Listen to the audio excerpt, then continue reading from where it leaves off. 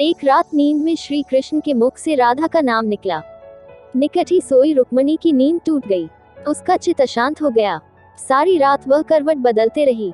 सुबह सवेरे श्री कृष्ण की नींद खुलते ही रुक्मणी ने पूछा, प्राणनाथ, ऐसा क्या है राधा में जो सोते जागते हर घड़ी आप राधा का नाम जपते हैं? श्री कृष्ण मुस्कुराए, बोले, जानना चाहती हो प्रिय?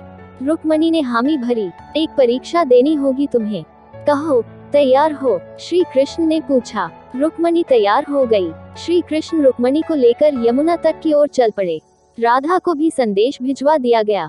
जब तीनों यमुना तट पर पहुंचे, तब श्री कृष्ण ने अपना एक केश तोड़ा और उसके द्वारा यमुना के इस पार से लेकर उस पार तक एक महीन पुल बना दिया। उसके बाद श्री कृष्ण ने यमुना से 2 मटकी भरी। एक मटकी रुक्मणी को दी, एक राधा को, और बोले, मेरे प्रेम का स्मरण करते हुए ये मटकी पुल के पार पहुंचा दो। रुक्मणी मटकी लेकर पुल पर चलने लगी। कुछ दूर चलने के बाद जब उसने पुल की दूसरी ओर देखा तो सशंकित हो गई।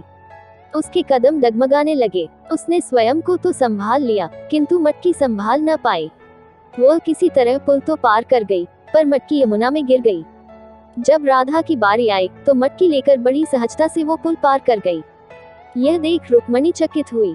उसने राधा से पूछा, बहन, ऐसा क्या था तुम्हारे प्रेम में जो तुम मटकी लेकर यमुना पार कर गई?